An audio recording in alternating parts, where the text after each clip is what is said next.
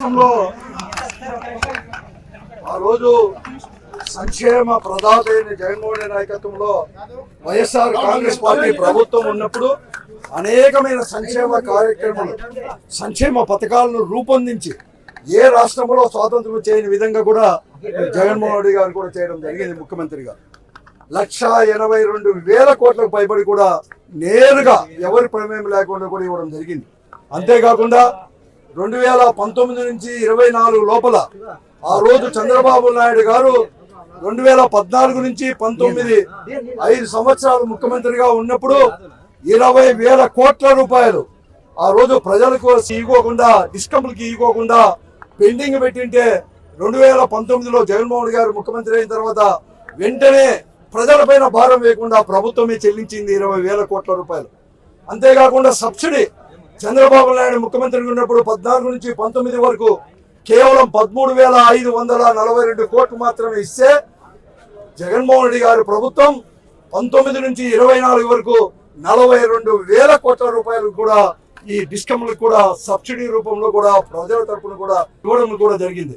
కానీ ఈ రోజు ఇస్తానని చెప్పిన చంద్రబాబు నాయుడు గారు ఈ కూటమి ప్రభుత్వం మోసం చేస్తూ సూపర్ 6 హామీలు అయితే అమలు పరచకపోగా కరెంటు ఛార్జీలు తగ్గిస్తానని చెప్పేసి కరెంటు కూడా ఎవరి కరెంటు వాళ్ళే ఉత్పత్తి చేసుకునే దానికి అవకాశాలు కల్పిస్తానని చెప్పి మాట ఇచ్చి ఇంకా కూడా ఏమాత్రం పెంచనని చెప్పి మాట ఇచ్చి దానికి విరుద్ధంగా నిన్న నవంబర్లో 6,042 కోట్ల రూపాయలు, అలాగే రేపటి నెల నుంచి జనవరి నుంచి 9,500 కోట్లు అంటే 15,450 కోట్లకు పైబడి ప్రతి ఒక్కరు కూడా అంటే ఇంతవరకు కరెంటు ఛార్జీ ఒక సామాన్యుడు 500-600 రూపాయలు కట్టే వాళ్ళు అందరికి కూడా వచ్చే నెల నుంచి జనవరి నుంచి 800 నుంచి 1,000 రూపాయలు కూడా కట్టే పరిస్థితిని ఈ చంద్రబాబు నాయుడు గారి యొక్క ప్రభుత్వం కల్పించింది. దీనికి వ్యతిరేకంగా మొన్ననే ఈ నెల 13వ తేదీ రైతాంగ సమస్యలు పరిష్కరించాలని చెప్పేసి ఈ రోజు రైతు పండించిన ధాన్యాన్ని ప్రభుత్వమే కొనాలని చెప్పేసి పంటలకు కూడా గిట్టుబాటు ధర ఇవ్వాలని చెప్పేసి పెద్ద ఎత్తున కూడా వైఎస్ఆర్ కాంగ్రెస్ పార్టీ తరఫున మేమందరూ కూడా రోడ్లలోకి ఇచ్చి ప్రభుత్వానికి హెచ్చరిక చేయడం జరిగింది.